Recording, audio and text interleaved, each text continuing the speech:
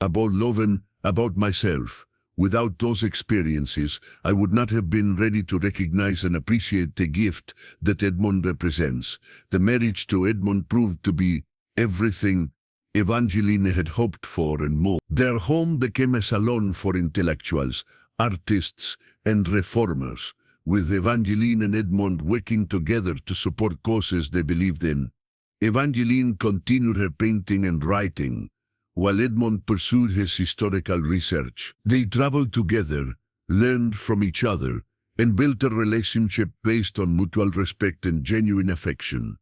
Unlike her previous marriages, this one was not about fulfilling a specific need or exploring a particular aspect of her personality. Instead, it was about finding someone who could appreciate and support all aspects of who she was, her artistic nature, her intellectual curiosity, her social conscience, her adventurous spirit, and her need for both independence and intimacy. Edmond loves me not, despite my past, but because of it, Evangeline wrote on their first anniversary.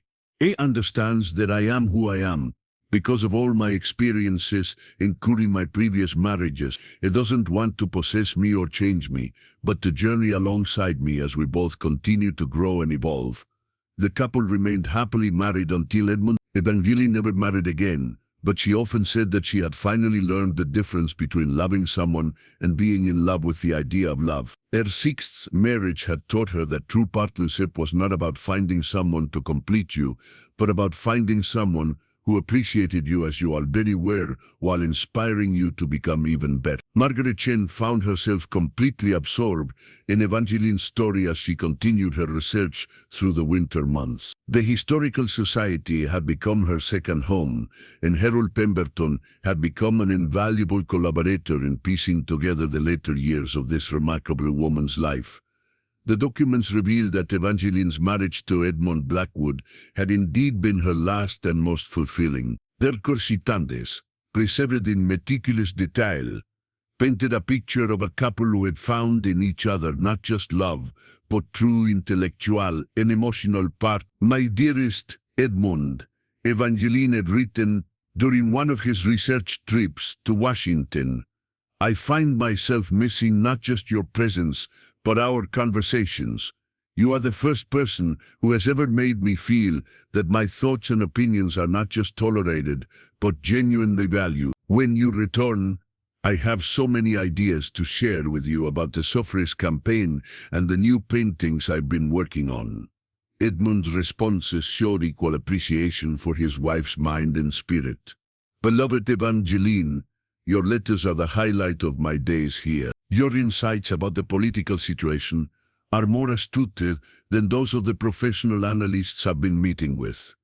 I am constantly amazed by your ability to see connections that others miss. You make me a better scholar and a better man. Their home in New York became a gathering place for some of the most influential thinkers of their era.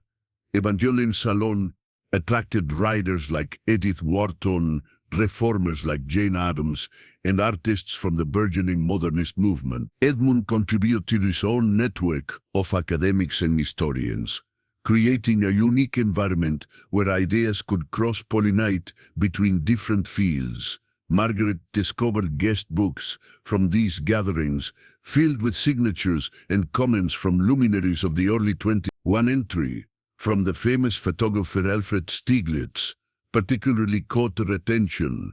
Mrs. Blackwood possesses the rarest of qualities, the ability to make everyone in her presence feel both challenged and accepted. Her salon is a place where minds can meet without pretense or competition. But perhaps the most revealing documents were Evangeline's private reflections on her journey through love and marriage. In a series of essays she wrote for a women's magazine in 1920, she shared her hard-won wisdom about relationships and personal growth. I have been asked many times whether I regret my 5 previous marriages, she wrote in one piece. The question itself reveals a fundamental misunderstanding about the nature of love and growth. Each of my marriages was necessary for my development as a human being. Through Charles, I learned about security and its limitations. Through Alessandro, I discovered passion and its dangers. Through Jonathan, I explore Sarah Diel's and their insufficiency. Through Marcus, I found purpose and its potential for self-neglect. Through William, I experienced adventure and its risks. Only by understanding what I did not need could I recognize what I truly required in a partner. Edmund and I found each other, not despite my past, but because of it. I was ready for him only after I had learned to be complete within myself. These essays created quite a stir when they were published, with some critics condemning Evangeline as immoral while others praised her honesty and insight. The controversy only enhanced her reputation as a woman ahead of her time, someone willing to challenge social conventions in pursuit of authentic living.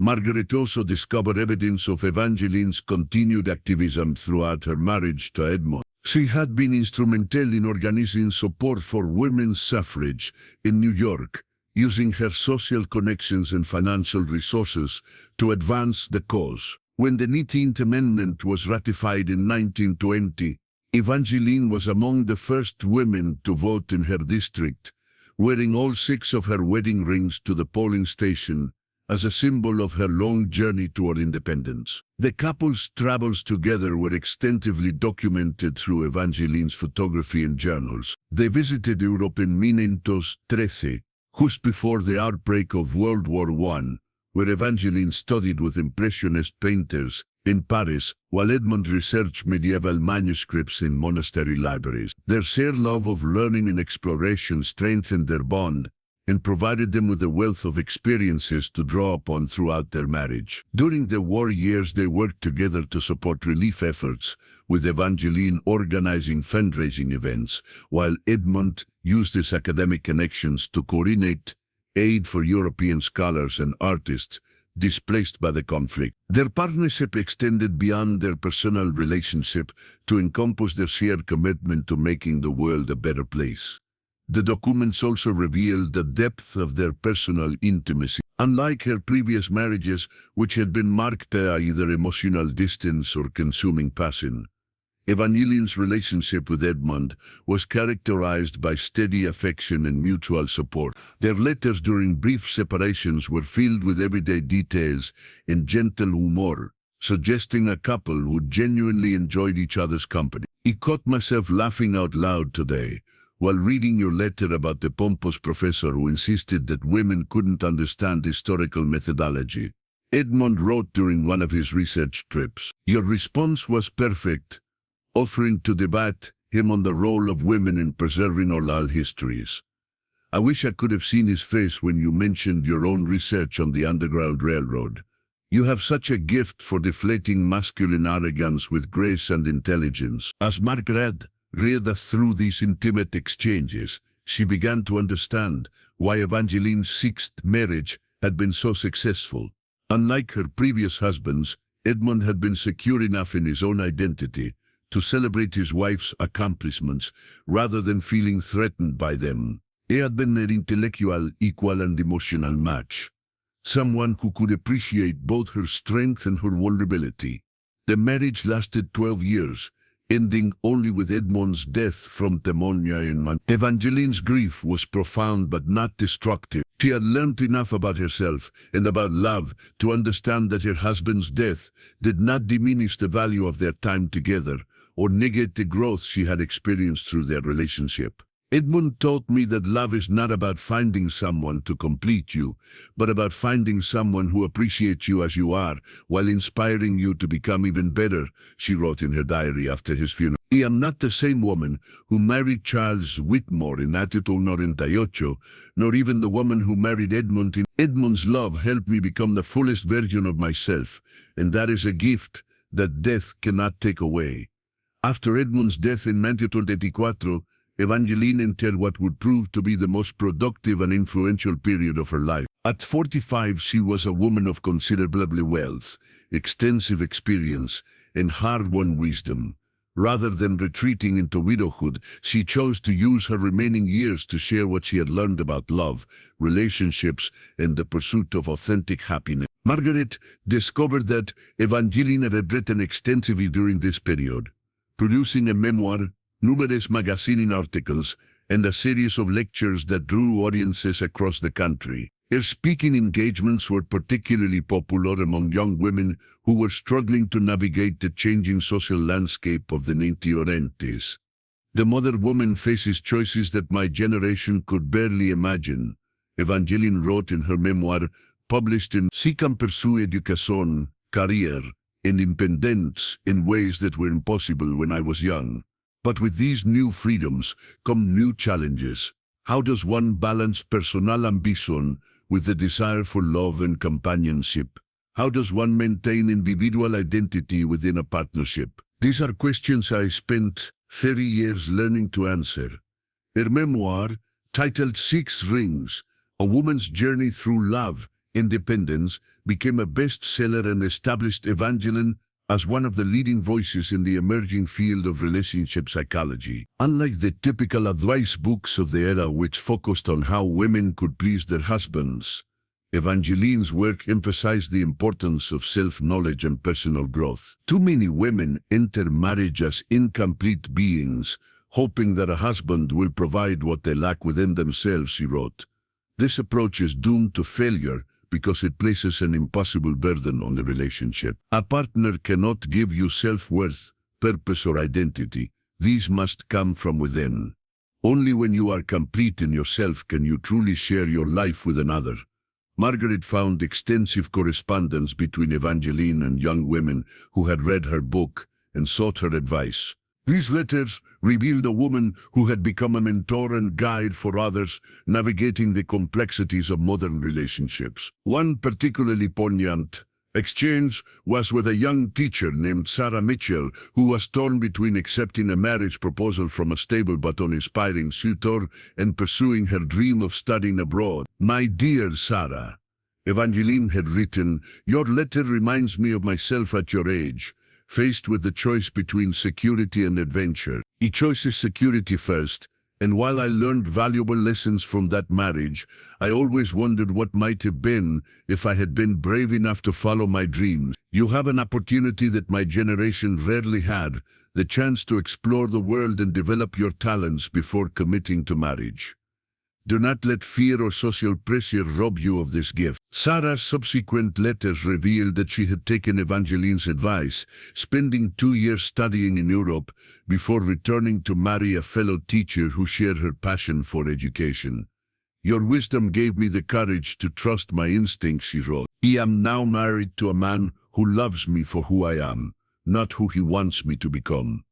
Our partnership is built on mutual respect and shared dreams, just as you described in your book." These mentoring relationships brought Evangeline great satisfaction, as she felt she was helping other women avoid some of the mistakes she had made while encouraging them to pursue their own paths to happiness. Her advice was always practical and grounded in real experience, never theoretical or preachy. Margaret also discovered that Evangeline had become involved in the emerging field of marriage counseling, working with couples who were struggling to adapt to the changing roles of men and women in society. Her unique perspective, having experienced both traditional and progressive approaches to marriage, made her particularly effective in helping couples find balance between individual fulfillment and partnership. "The key to a successful modern marriage," she wrote in one of her professional papers, "is the recognition that both partners must be allowed to grow and change throughout their lives.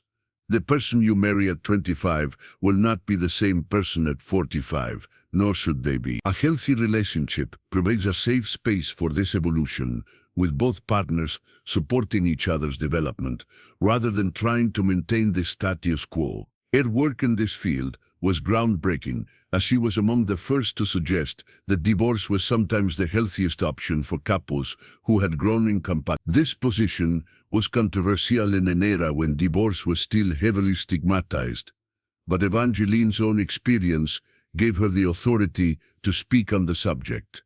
"I do not advocate for casual divorce," she clarified in response to critics. "Marriage is a serious commitment that should not be entered into lightly or abandoned at the first sign of difficulty. However, when two people have genuinely grown in different directions, despite their best efforts to reconnect, forcing them to remain together serves no one." Sometimes the most loving thing partners can do is release each other to find happiness elsewhere. Throughout this period, Evangeline also continued her artistic pursuits, holding several successful exhibitions of her paintings. Her work had evolved considerably since her early training with Alessandro, developing a distinctive style that combined technical skill with emotional depth. Many of her paintings from this period depicted women in various stages of life, capturing the complexity and strength of the female experience.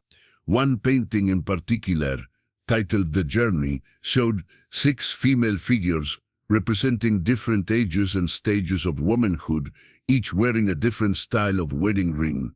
The piece was widely interpreted as Evangeline's artistic reflection on her own journey through love and self-discovery. Margaret found reviews of Evangeline's exhibitions that praised both her artistic skill and her courage in addressing controversial subjects through her art.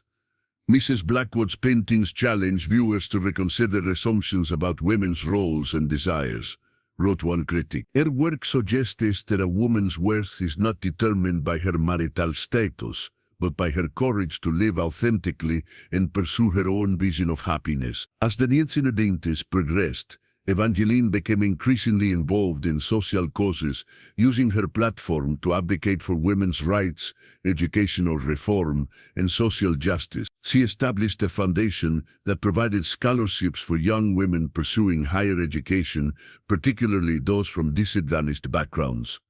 Education is the key to independence, she wrote in the Foundation's mission statement. When women have the knowledge and skills to support themselves, they can make choices about love and marriage based on genuine compatibility rather than economic necessity.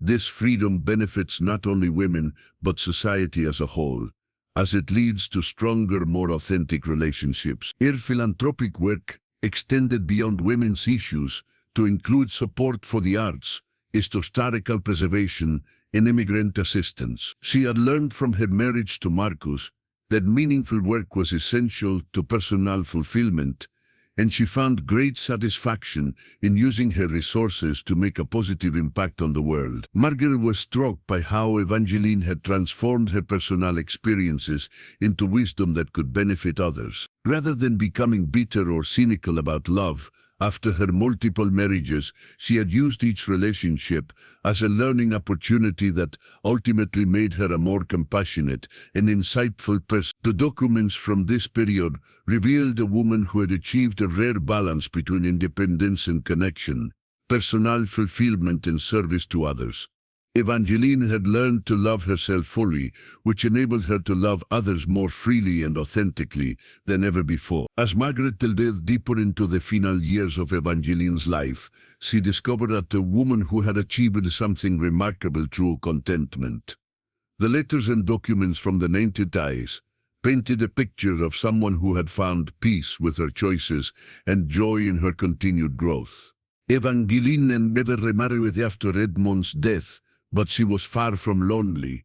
Her home remained a gathering place for intellectuals, artists, and activists, and she maintained close friendships with people from all walks of life. Her correspondence from this period showed a woman who had learned to find fulfillment in many different types of relationships, mentoring young women, collaborating with fellow reformers, and enjoying deep friendships with both men and women. "I have discovered that love comes in many forms," she wrote to a friend in 1972.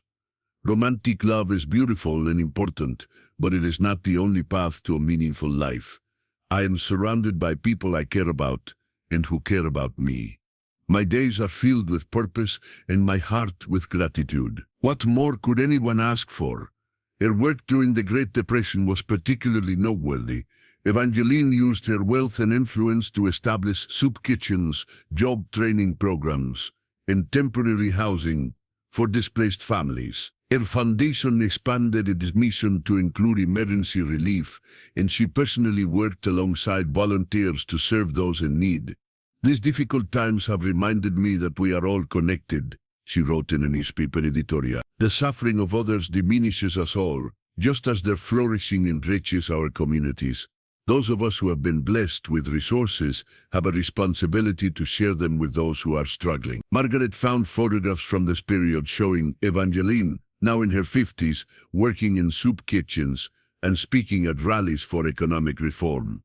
Her face showed the lines of age and experience, but her eyes remained bright with purpose and compassion. One of the most touching documents Margaret discovered was a letter Evangeline wrote to her great-niece Eleanor, the woman whose estate, Saleh, had led to the discovery of the photograph on the occasion of Eleanor's 18th birthday. "My dear Eleanor," the letter began, "as you stand on the threshold of womanhood, I want to share with you some of the wisdom I've gained through my many years and experiences. The world will try to tell you who you should be and what you should want. Listen politely, but trust your own heart above all else. Do not be afraid to make mistakes or to change your mind.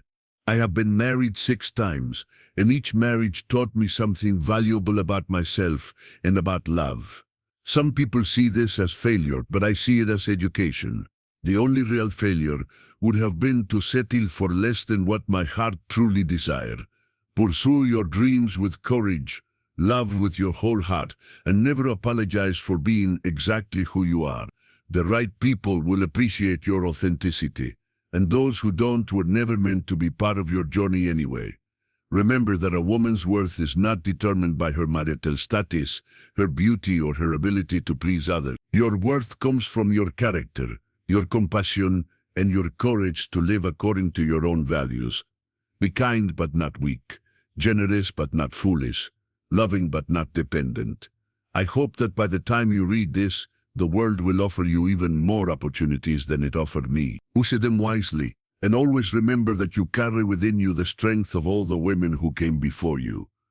The letter was signed, "With all my love and hopes for your future, your great aunt." Margaret learned that Eleanor had treasured this letter throughout her life, keeping it in the same silver frame that had held Evangeline. It was clear that Evangeline's influence had shaped Eleanor's decision to remain unmarried and pursue a career as a teacher, though Eleanor had never achieved the same level of independence or adventure as her great-aunt. Evangeline's final years were marked by continued productivity and engagement with the world. She published a second book in 1938 titled The Art of Living Authentically, which expanded on the themes of her earlier work and included practical advice for women navigating the challenges of modern life. "Authenticity is not about being perfect," she wrote in the book's introduction. "It is about being honest with yourself and others about who you are and what you need to be happy. This honesty requires courage because it means accepting that you may not fit into society's predetermined category. But the reward for this courage is a life lived on your own terms, with relationships based on genuine compatibility rather than social expectation." The book was well received and further cemented Evangeline's reputation as a pioneer in the field of personal development. She continued to lecture and counsel others until well into her 70s, always emphasizing the importance of self-knowledge and personal growth. Evangeline died peacefully in her sleep. Her obituary in the New York Times described her as a woman who lived life on her own terms and inspired others to do the same. The article mentioned her 6 marriages, but framed them as evidence of her courage and commitment to finding authentic love rather than a scandalous behavior. Her funeral was attended by hundreds of people whose lives she had touched: former students, fellow reformers, artists, and the many young women she had mentored over the years.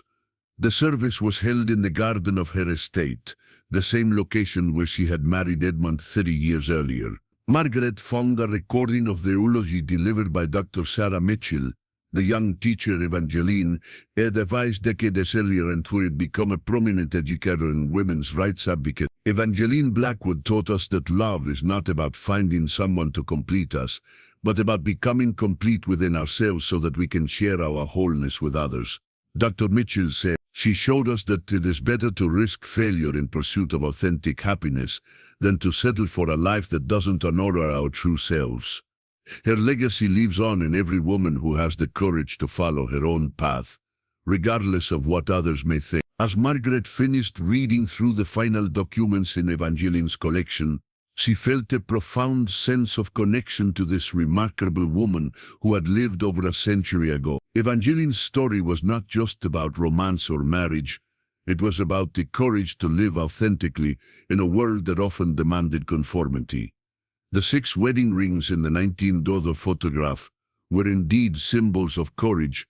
As Evangeline had said, they represented a woman's refusal to settle for less than what her heart demanded, her willingness to learn from her mistakes, and her commitment to growth and self-discovery throughout her life. Margaret carefully placed the photograph back in its silver frame, understanding now why Eleanor had kept it all these years. It wasn't just a family heirloom. It was a reminder of what was possible when someone had the courage to write their own story rather than accepting the one society had written for them. As she prepared to leave the historical society that evening, Margaret reflected on how Evangeline's story had changed her own perspective on love and relationships. Like many modern women, Margaret had often felt pressure to find the one and settle down, but Evangeline's example showed that there were many paths to fulfillment, and that the journey itself was often more valuable than the destination. The photograph would be featured in the upcoming estate sale, but Margaret had already decided to recommend that it be donated to the local Women's History Museum. Instead, Evangeline's story deserved to be preserved and shared, inspiring future generations of women to live with the same courage and authenticity that had defined her remarkable life. In the end, Evangeline Beadmore Blackwood had achieved something that few people of any era manage. She had lived a life that was entirely her own, shaped by her choices rather than by others' expectations. Her 6 marriages were not failures, but stepping stones on a journey towards self-discovery and authentic love.